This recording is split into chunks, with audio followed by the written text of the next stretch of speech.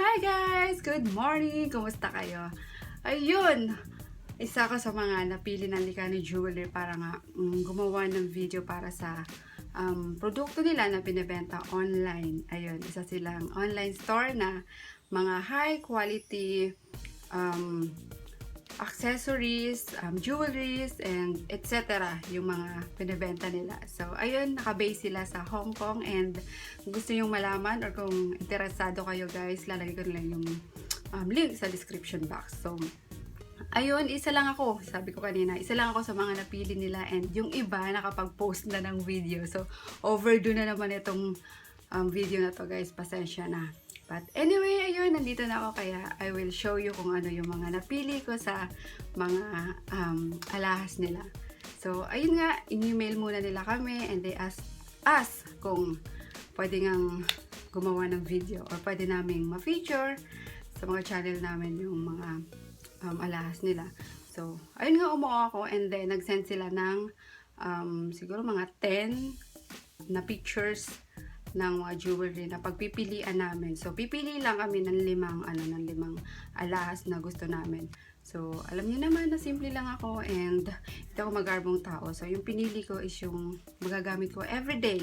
So, ayun. Unang-una is itong bangle.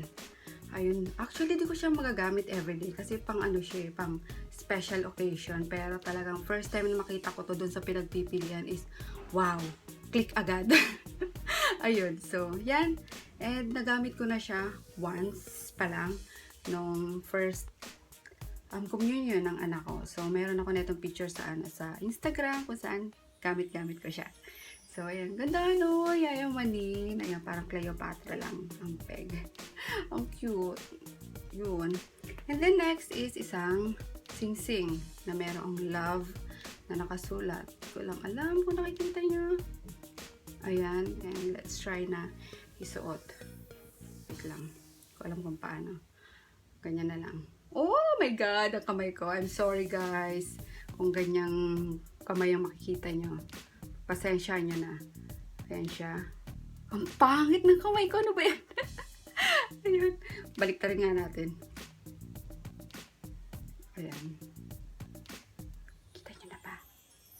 Anyway, ang ganda niya. May love. Kaya, yun. Love, love, love.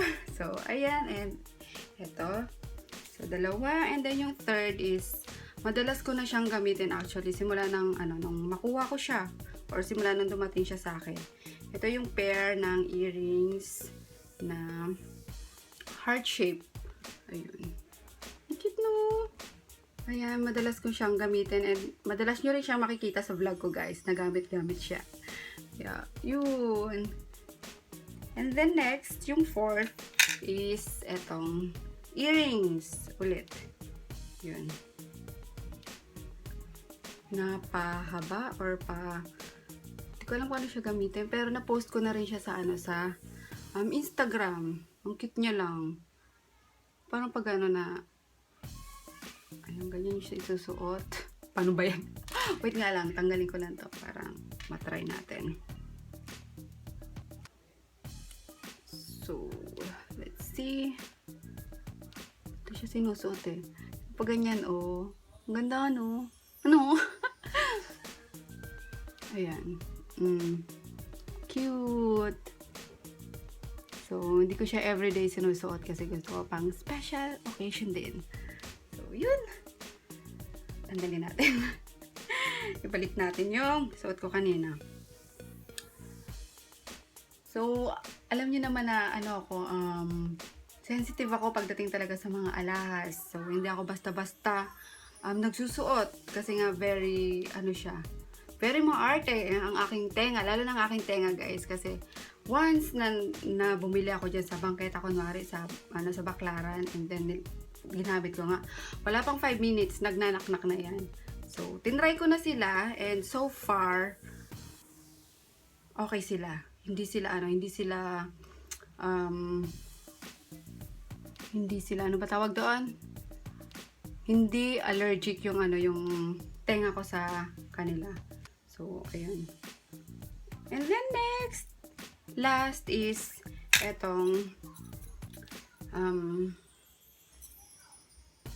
kwintas. Ayun, hindi ko pa siya nagagamit. Parang wala pa akong nafe-feel na paggagamitan sa kanya. Pero sobrang ganda niya. Ayan guys, makita ko na lang sa inyo. So, ano siya, 4 na bilog. Ayan, na mayroong mga bato-bato. Ayan, mga high quality talaga sila guys, kaya for sure magugustuhan nyo. And mura lang naman yung shipping ano dito sa Pilipinas. So, ingat na lang tayo sa sa custom. Minsan kasi binubuksan nila, pero pag alam naman nilang below below $10 is wala nang tax. So, ayun nga, nung na-receive ko to, talagang kinabahan ako kasi akala ko tataksa na naman ako ng bonggang-bongga. Pero, good thing is free. Wala siyang tax free siya. So, yun guys, yun lang yung mga napili ko. Pero, ang daming doon, ang daming yung pagpipilian na magagandang mga alas. Kung may hilig kayo sa mga beads, meron doon sa mga dangling na na hikaw, meron din sila doon. So, ang dami yung pagpipilian doon. So, ayun guys, ilalagay ko na nga lang yung link nila sa description box just in case gusto nyong i-visit yung page nila. Yung ano ba tawag doon? So, basta yun, ilalagay ko na lang guys. Pabulol ako, ayun.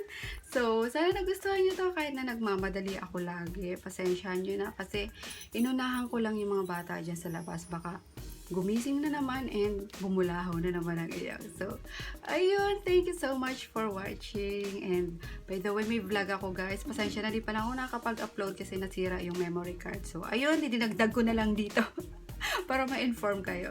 So, thanks again. See you next time. Bye!